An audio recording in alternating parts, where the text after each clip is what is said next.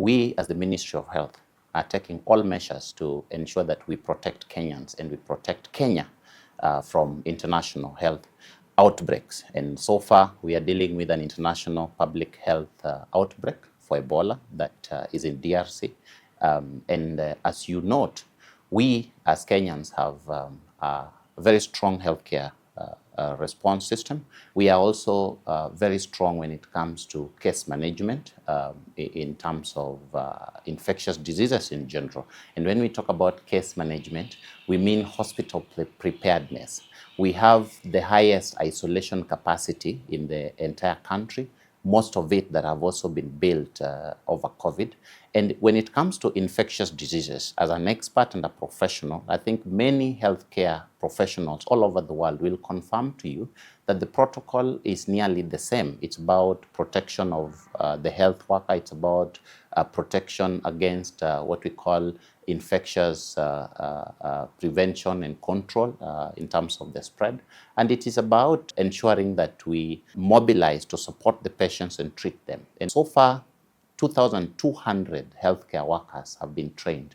But you also know that Kenya has been at the forefront of international response. In 2015, the country that was relied upon by the world to send 157 experts to help Sierra Leone contain and tackle Ebola from 2014 all the way to 2016.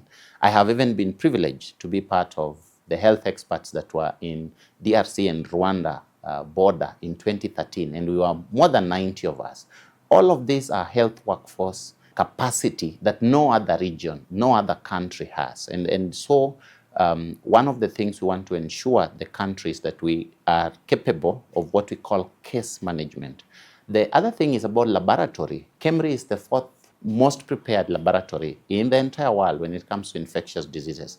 As a matter of fact, even the countries that are having outbreaks, when West Africa had the first Ebola outbreak, when there was no vaccine or treatment for the other strains, just like right now there is a new strain that has no vaccine and has no treatment.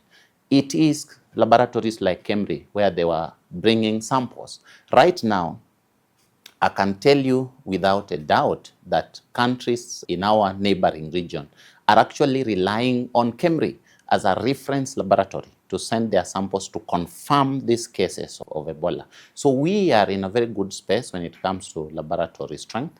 We also have key logistical advantage.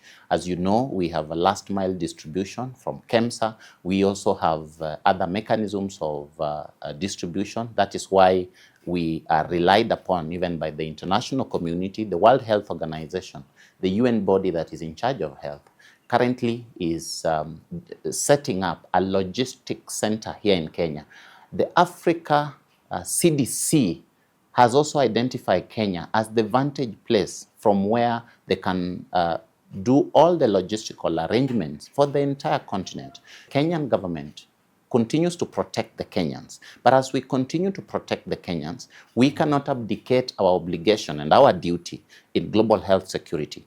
This is what we have been known for decades. That is why Kenya is the place where we've done malaria research.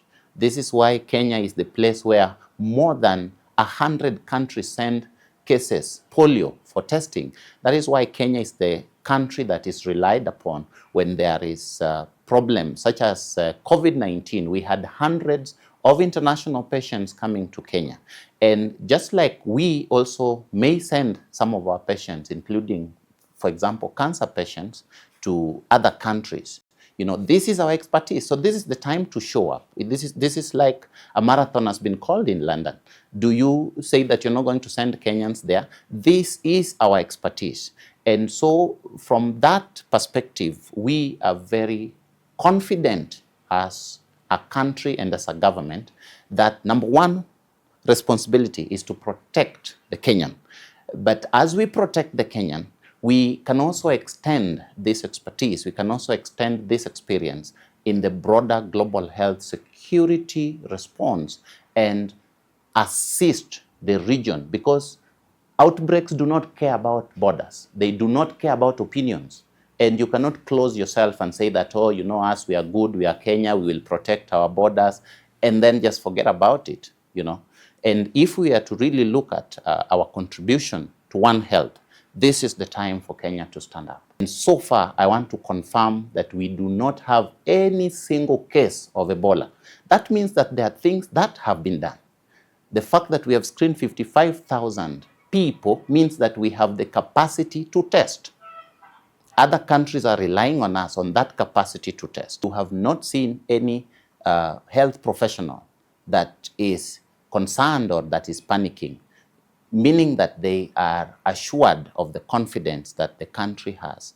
We have a number of Kenyans who were in Sierra Leone, including our very good friend, the chairman of the Kenya Union of Clinical Officers, Peterson Wachira. He can say this for himself, among many people who were in Sierra Leone. And none of them, first of all, got infected in the 2 years. None of the Kenyan health workers, we lost them, and now they are in country. So in fact, some of them have reached out to us, telling us that we are ready. We have deployed a number of them in our isolation center in KNH, in isolation center in Alupe. We also have a number of other isolation centers that we built during COVID at the county governments. And some of them are also helping us with the public health emergency operation centers that we have at the national level, and also the ones that we have at the county level, 15 of them. So we want to thank our healthcare workers for this strong show of response and a strong show of readiness to respond to any case of Ebola.